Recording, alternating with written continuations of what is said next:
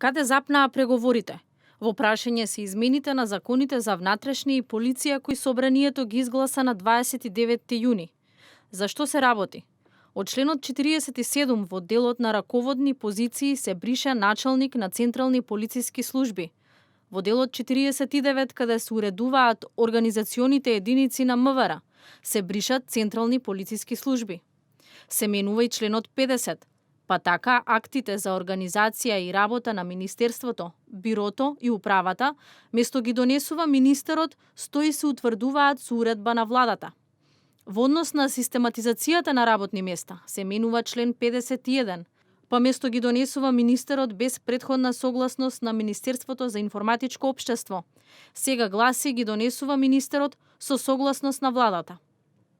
Целосно се брише членот 52 кој се однесуваше на систематизацијата на работни места во Бирото за јавна безбедност и Управата за разузнавање.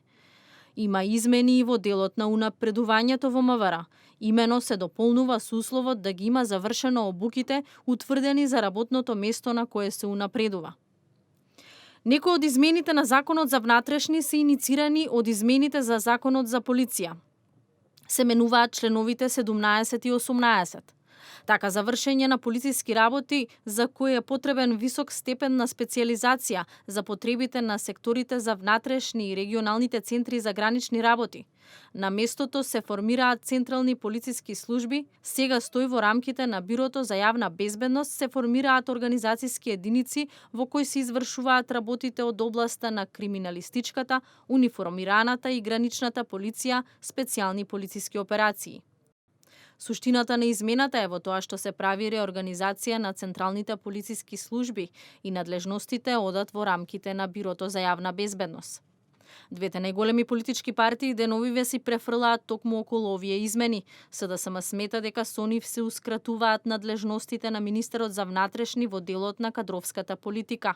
Од ВМРО ДПМН пак одговараат дека измените се со цел да се оневозможат партиски смени во министерството. Кога се разговараше за ингеренциите на министерот за внатрешни работи, господинот Заев потенцираше, ја бев сведок на тоа, негово потенцирање, дека нивниот план не е да прават масовни смени, него да сменат 6, 7, 8, 10, 12 максимум.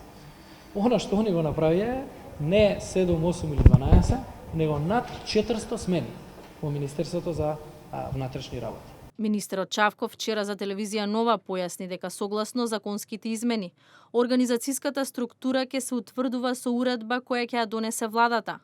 Систематизацијата ќе ја донесува министерот за внатрешни работи во претходна согласност со владата, со што ќе се обезбеди стабилна организацијска структура која нема да биде предмет на негативни креативности од кој било министер, независно од која политичка гарнитура доаѓа. Според него, ова нема никаква врска со ингеренциите на министерот за внатрешни работи. Тој може непречено и со полн капацитет да ги остварува функциите во министерството, но тоа, нагласи Чавков, треба да го прави согласно законите за внатрешни работи и полиција.